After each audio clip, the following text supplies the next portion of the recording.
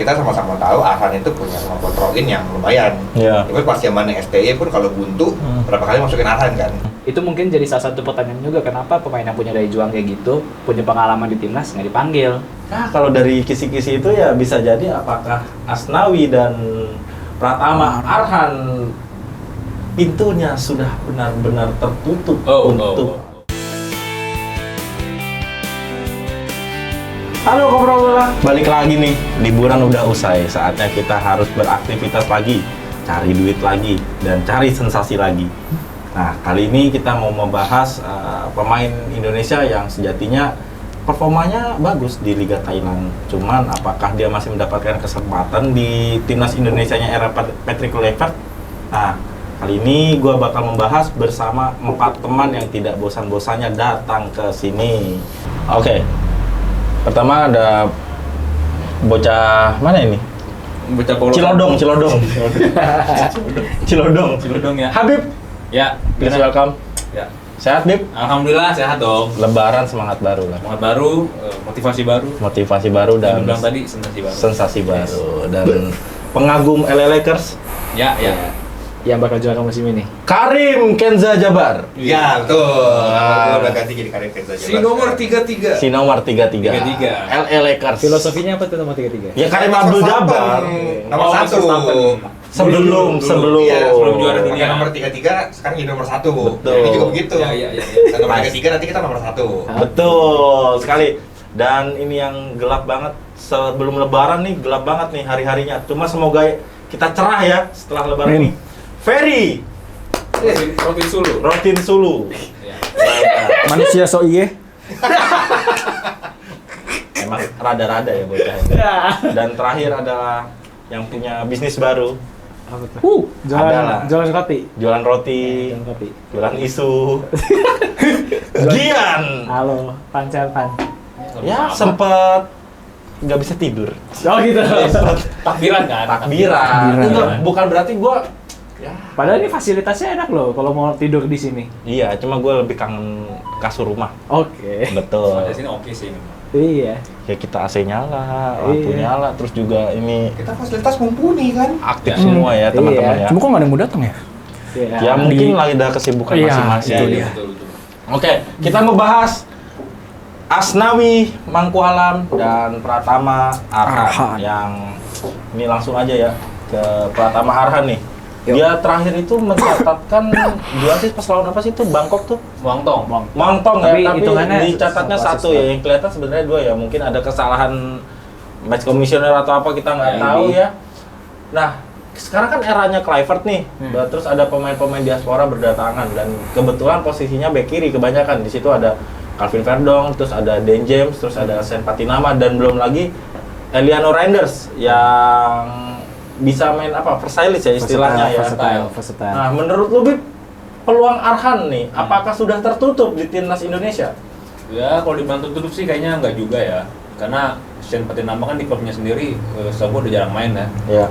Lalu secara performa kan otomatis nggak sebugar seperti pemain yang jadi regular starter. Iya. Nah, gue lihat Arhan ini di Bangkok United udah mulai sering nih dapat kepercayaan pelatih kan. Iya. Apalagi kontribusinya juga udah mulai mengimbangi kepercayaannya pelatih ke dia. Jadi gue rasa Pratama Arhan masih ada kans lah buat masuk ke squad timnas lagi ya. Apalagi bulan Juni kan masih ada 2 bulan. Gue rasa ya cukup lah buat Arhan untuk membuktikan dia layak dipanggil lagi sih. Berarti kalau misalkan Arhan dipanggil itu kemungkinan bakal menjadi ban serepnya Verdong dan siapa ini? Dan James? Ya untuk saat ini sih menurut gue Calvin Verdong masih yang terbaik ya untuk squad timnas. Jadi ya gue setuju lah untuk saat ini mungkin Pratama Arhan harus bekerja lebih keras lagi kalau mau masuk ke squad inti timnas. Oke, ini kita bahas masih di bek kiri ya. Nih buat Kenza Abdul Jabar nih kan. L konsisten nih, nggak di timnas, di Nijmegen bahkan poinnya pun buat Kenza ya. Ratingnya itu 7 tuh oke loh. Dia KKM. Di atas KKM. Di atas KKM loh, dia penggendong Nijmegen. Match terakhir kalau nggak salah tuh Nijmegen tuh kalah tapi dia dapat rating paling tinggi. Iya. Seberapa besar kansnya Arho untuk menggeser Verdong menurut lo? Kalau untuk menggeser sih kayaknya agak susah ya karena kita tahu sendiri tadi udah bilang Kartong ini sangat-sangat konsisten, jadi pemain inti juga. Kalau untuk menggeser ya kecil, cuma kalau untuk jadi lapis masih bisa banget. Yeah. Apalagi kita sama-sama tahu Arhan itu punya kemampuan throw in yang lumayan. Yeah. Tapi pas zaman STY pun kalau buntu berapa kali masukin Arhan kan. Yeah. Nah ini bisa jadi senjata rahasianya timnas. Senjata rahasianya. Senjata rahasia yang udah nggak rahasia lagi. Makanya Kevin Dix banyak throw in juga, tolong throw in kan. Iya, Kevin Dix. Cuma lebih nukik punyanya Arhan sih kalau Setuju. kata gue ya. Kalau ketimbang yang Dix. punya Arhan tuh apa ya? Creating chaos. Jadi kayak Lebih Rory besar Delap ya. tuh. Soalnya bolanya lebih cepat. Betul. Lebih cepat terus menukik juga. Itu yang bedanya tuh. Oke nih kalau khusus lu nih gini, pertanyaannya si Dan James itu di pertandingan terakhir tuh di Go Ahead Eagles tuh cedera. Dan bisa jadi bench-nya berarti diisi oleh Arhan, Patinama, dan Dan James kemungkinan juga cederanya panjang tuh. Iya. Apakah Arhan bisa mengamankan slot di sektor back kiri setidaknya di base terlebih dahulu? Ya kalau ngelihat Ben James yang saat ini lagi cedera ya, yang sampai detik ini pun kita juga belum tahu ya sampai kapan tuh cederanya. Menurut gue sih Arhan kalau untuk mengunci satu tempat di bench itu harusnya bisa, dan itu hal yang sangat wajar. Kenapa? Kita butuh Arhan di bench. Satu adalah dia pemain yang paling berpengalaman di timnas saat ini. Iya. Capsnya paling banyak loh, 50. Iya. Kita butuh pengalaman dia, apalagi dia juga udah tahu apa ya namanya, pahit asin manisnya sepak bola Asia. Itu yang kita butuhin untuk para pemain-pemain diaspora kita dari Belanda yang masih buta dengan sepak bola Asia. Terus yang kedua ya seperti yang Kanza bilang juga kan, dia punya senjata yang menurut gue sangat underrated, throw in. Itu kan nggak dipunyai oleh semua tim tuh. Throw in-nya ya udah jauh, kencang, menukik pula. Itu benar-benar bisa menciptakan situasi chaos tadi ya, sesuai lo bilang. Dan satu lagi apa ya, Arhan ini menurut gue layak juga ada di bench karena dia sebenarnya cukup versatile juga. Bisa main di wing kiri kanan kan. Kalau gue jujur aja, Arhan di kanan please lah, nggak usah diulangin lagi lah, dia di kiri aja deh. Tapi kalau mungkin atau nggak bisa dicoba di wing kiri. Iya. Siapa tahu kita butuh eksploitasi dia kan. Karena dia sebenarnya cukup punya speed juga loh. Nah, atribut menyerangnya lebih. Nah, semenjak ke Bangkok yang gue lihat sedikit improve nih. Crossing-crossingnya juga udah mulai oke, positioning attackingnya juga udah mulai sedikit lebih mateng ya. Jadi ini bakal menguntungkan banget buat timnas itu sih. Oke, nih, Fer. Arhan nih. Match-nya udah 10 nih, jadi starternya 6 kali dan umpan matang nih asis ya. Gimana cara dia harusnya mempertahankan performanya di Bangkok United supaya bisa mendapatkan tempat di timnas Indonesia? Ya tetap tetap konsisten mempertahankan permainan dia. Maksudnya sering-sering latihan lah. Sering-sering latihan ya. Iya betul. Cuma kalau ya dia makanya mandul, gue kan bukan apa sih pengamat sepak bola, gue cuma sebagai orang camat. Nah, ya. Orang apa?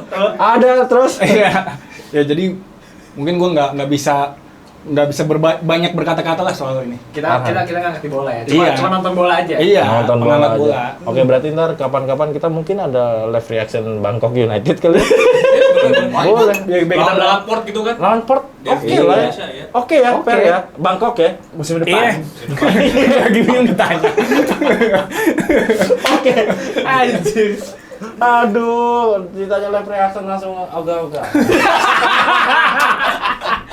Oke, ini kita langsung masuk ke statistiknya Arhan ya. Ini umpan asis ya, balik lagi 1. Lalu umpan berhasilnya berarti yang tepat sasaran ya. Mungkin bisa umpan pendek, enggak umpan progresif ya. 197, akurasi umpannya 80 cukup tinggi 82% langsung.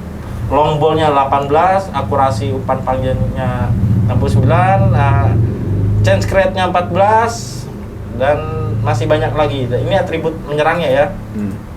Dan ini bertahannya, tackle berhasil 54% dari percobaan yang dilakukan 25, terus menang 2-5. Nah, kalau dilihat dari statistik ini nih Bib nih, menurut lo masih ada segi yang harus dibenahi nggak dari Arhan supaya mendapatkan tempat di timnas Indonesia? Ya kalau berkaca dari ini sih mungkin lebih Next. Ya, lanjut ini bahas ini dulu nggak apa-apa. kan kalau kita umpan asis 1 kan, Iya. umpan berhasil 197. Cuman gua kurang lengkap nih, ini 197 dari berapa kali percobaan? Iya. Ya. Jadi tapi kalau gue lihat tadi ini kan kuning nih berarti masih banyak yang banyak yang salah Atau oper. bisa jadi opernya ke belakang doang. Iya. Ya menurut gua sih mungkin kalau berkaca dari statistik ini ya lebih ditingkatkan lagi lah ininya menyerangnya, lalu passingnya lebih akurat, karena kan kita tahu sendiri biasanya penyakit pemain kita kan salah passing ya. Nah mungkin kayaknya Arhan harus ditingkatkan di sisi ini juga sih.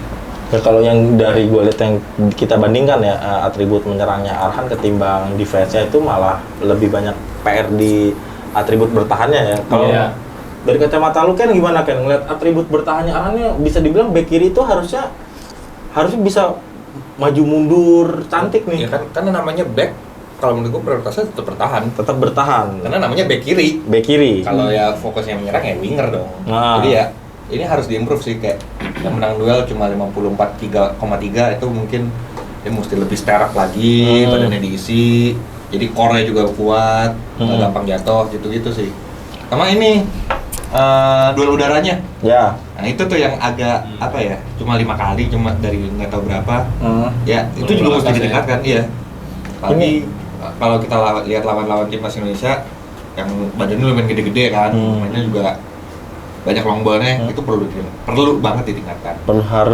Jangan perlu dari gue harus lah ya, keharusan sebagai gitu. Dan ini juga ternyata ada satu lagi ini penguasaan bola nih di suksesnya 2, gue nggak tahu ini mungkin gue salah data kayaknya ya. Di suksesnya menggiring bola 40 ini cukup rendah nih. Apakah Arhan nih sering dribble yang maksa ini kalau dilihat dari statistiknya ini, Gi?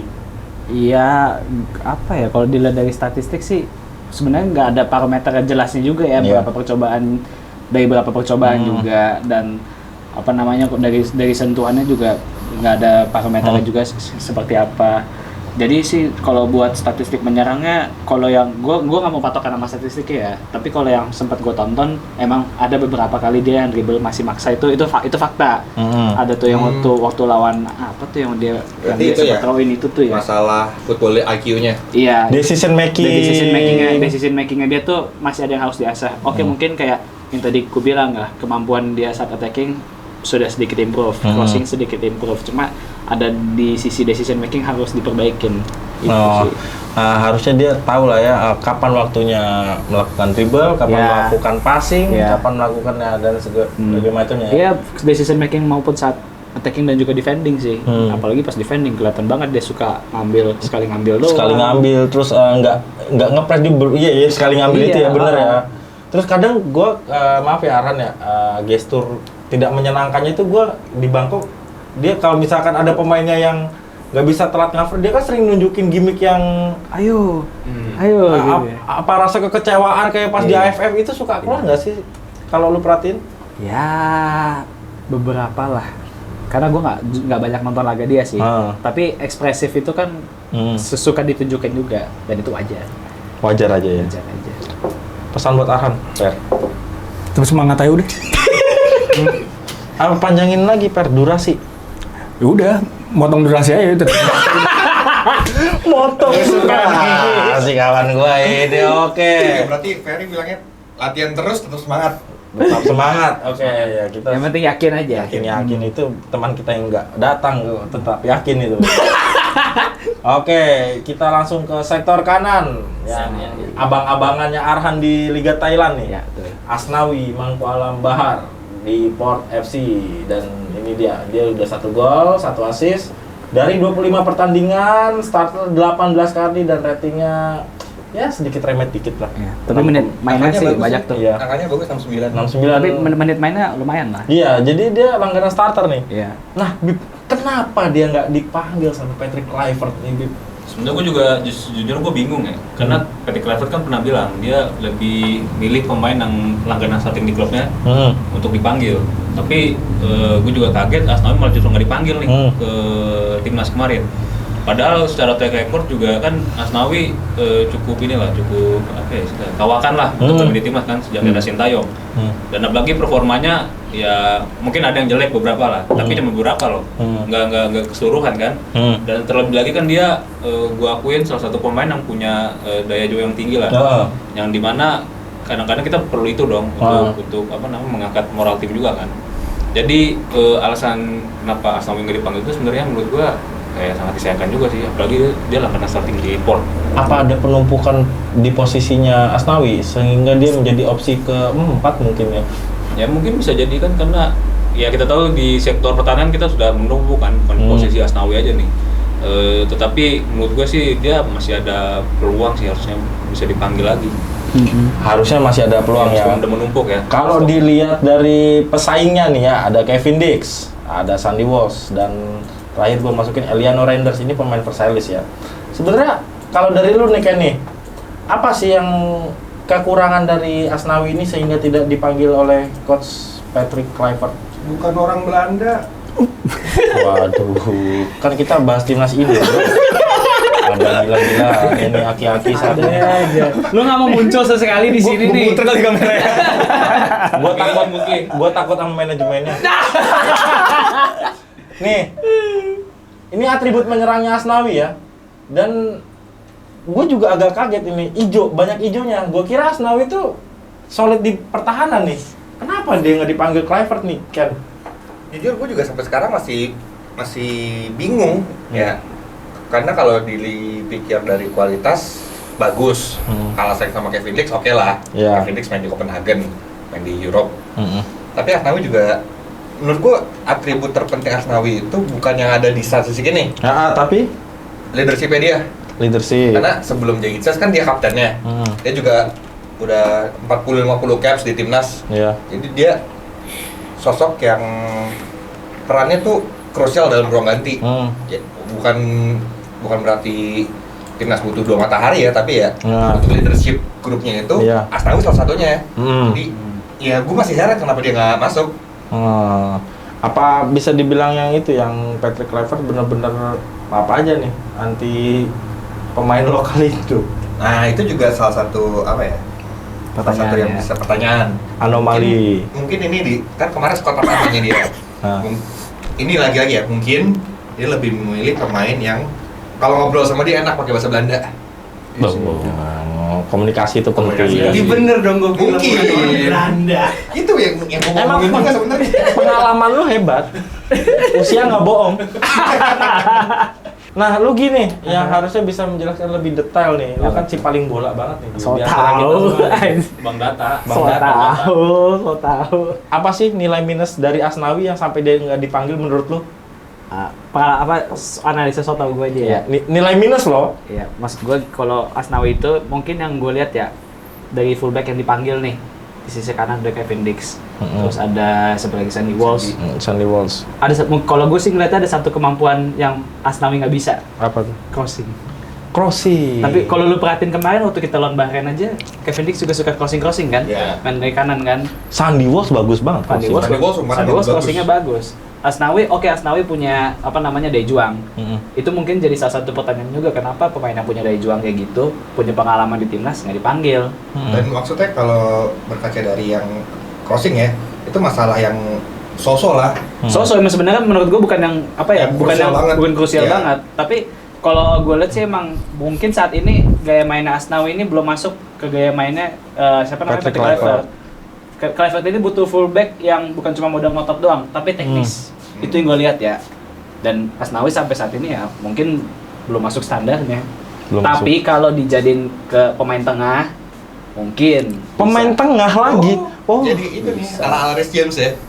Gue makin gak worth nggak sih Asnawi ditaruh gelandang tengah? Jujur gue juga kurang setuju. Ketenangannya maaf aja nih ya, maaf banget. Tapi bukan sebagai breaker tapi ya. Sebagai breaker itu mungkin masih bisa.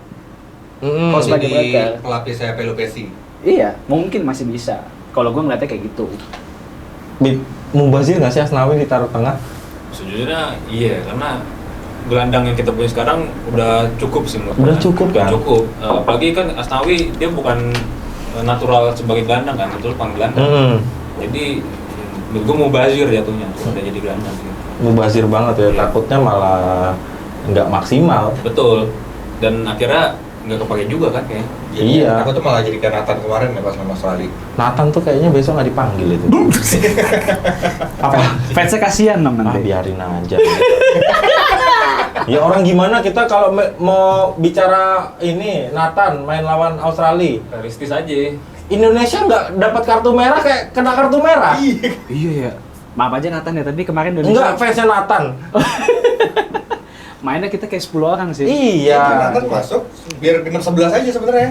Iya. Ganjil. Ya Biar kalau kita jadi kaum mendang-mending ya, itu Nathan sama Arhan mendingan dipanggil Arhan. Iya. Punya caps di Bangkok lah. Nathan terakhir main di Swansea kapan coba?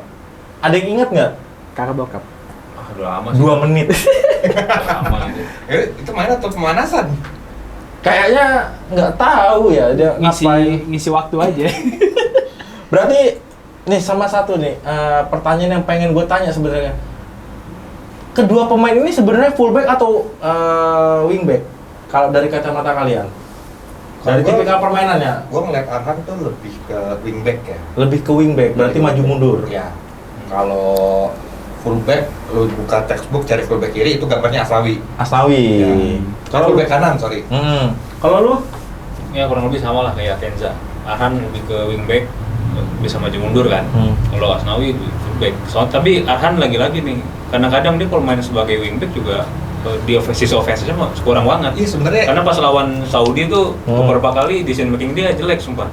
Kayak seharusnya dia nggak ngambil bola tapi iya gue ingat Saudi. Ya ada juga dia mau passing tapi kayak bingung gitu mau passing kemana kan. Jadi ya minusnya di situ aja sih kalau Arhan. Mungkin pada saat itu karena Arhan nggak dapet jam main. Nah, itu masih di Suwon ya waktu itu. Di Suwon. Ya bisa. Mungkin sekarang udah meningkat lah. Seharusnya meningkat. Oke, kalau lu Gi? Arhan. Wingback. Wingback banget. Wingback banget. Kenapa tuh? Ya, gue nggak melihat Arhan itu sebagai fullback sih, karena karakternya tuh terlalu ofensif. Terlalu ofensif. Itu menurut gue ya. Maksud gue bukan mendiskreditkan kemampuan defensif dia, cuma kemampuan defensif dia menurut gue sih masih kurang lah kalau dibandingkan sama Verdong ya. Iya. Ya, Arhan tuh beberapa kali suka miss dalam defending. Salah satunya dalam posisi, misalkan baca bolanya reading the game saat defendingnya juga masih biasa aja. Tapi sisi ofensifnya ini menurut gua ya untuk di ukuran timnas Indonesia ya masih jempolan lah. Dan sementara untuk Asnawi ya gue sih bilangnya sih fullback murni kanan dah. Murni kanan. Oke, Per. Apa? Peluang Asnawi sama Pratama Arhan untuk ke timnas Indonesia berapa menurut lu? Peluang untuk kedua pemain ini ya? untuk dipanggil ke timnas? Iya. Dipanggil dulu deh. Gede ya? Ya gede sih paling, tapi menurut gua lebih gede di Arhan daripada Asnawi ya. Lebih gede di Arhan. Iya, di Asnawi. Mungkin alasannya apa tuh? Timnas butuh lemparan ke dalam aja. Lempar ke dalam karena kanan udah ada Dix, kirinya Arhan nih butuh. Iya. Betul. Oke, kalau lu Ken, chance-nya nih Arhan berapa persen, Asnawi berapa persen akan dipanggil Kluivert?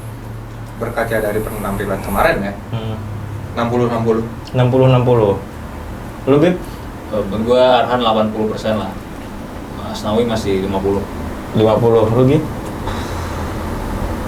50-50 deh. 50-50. Oke. Kalau gua sih lebih untuk match terdekat lawan Cina ya, gua lebih tinggi ke Arhan ya karena Dian James juga cedera kan kebetulan ya. Dan per syuting hari ini kita belum dapat info Dian James cederanya sampai kapan. Ya, kalau cedera panjang kan ya tinggal Sen Patinama dan Arhan dan kemungkinan Arhan bisa Balik lagi. lagi. Atau mungkin Nathan Choaon jadi kiri. Nah, nggak usah dipanggil lah. Atau ya ini pelapis tengah. Lapis tengah aja dia. Setengah aja. Daripada Nathan dengan Edo Febriansyah. Oh iya, itu pasti Betul. lumayan. Itu. Iya kan? Iya. Iya. Atau bisa jadi Kluivert ya tidak memanggil Asnawi atau Arhan karena menemukan pemain Liga 1 yang sesuai atributnya. Atau siapa tahu tiba-tiba Patty Kluivert punya ngide kan mau naikin tim Gaypens fullback kiri. Oh, bisa jadi. Iya, yang dan rumor-rumor pemain naturalisasi yang sedang diproses. Siapa?